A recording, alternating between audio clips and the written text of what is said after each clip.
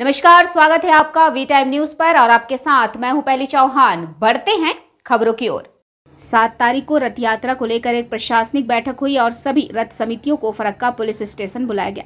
इस बैठक में और सभी राजनीतिक प्रतिनिधि भी मुख्य रूप से बैठक के उद्देश्य से मौजूद हैं कि रथ यात्रा शांतिपूर्ण तरीके से निकाली जाएगी ताकि किसी तरह की अप्रिय घटना ना हो और प्रशासन सतर्क रहे। और रथ यात्रा कमेटी को वॉलंटियर्स रखने का निर्देश दिया गया। रथ यात्रा कमेटी को सरकारी गाइडलाइन का पालन करना पड़ा। मुर्शिदाबाद के फरक्का पुलिस स्टेशन में रथ यात्रा कमेटी का आयोजन किया गया। आईसी फरक्का मिलाद पाल मिश्रा और कई अन्य मौजूद थे। एक नम्बर হচ্ছে নতুনভাবে কোনো রুট করা যাবে না।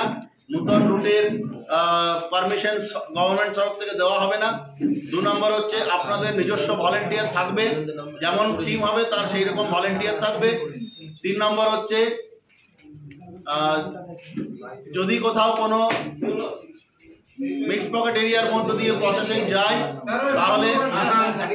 তাহলে সেখানে আজানের সময় বা নামাজের সময় দুটো অপশন আমাদের দেওয়া হয়েছে। একটা হচ্ছে সেই সময়ে আমাদের যে সাউন্ড সিস্টেম আছে সাউন্ড সিস্টেমগুলো বন্ধ করে রাখতে হবে, আর না হয় কিছুক্ষণের জন্য প্রশাসনকে আমরা একটা নির্দিষ্ট দূরত্বে দাঁড় করিয়ে দেবো। নামাজ শেষ হলে আমরা তারপরে সেটাকে নিয়ে যাব। 4 নম্বর হচ্ছে যে যেখানে মেলা বসছে সেখানে যাতে দেখে নেবেন যে কোনো অবস্থাতেই যাতে প্রশাসনের রুটটাকে অবস্ট্রাকশন বা জনগণের যাতায়াতের রাস্তাকে অবস্ট্রাকশন না করে।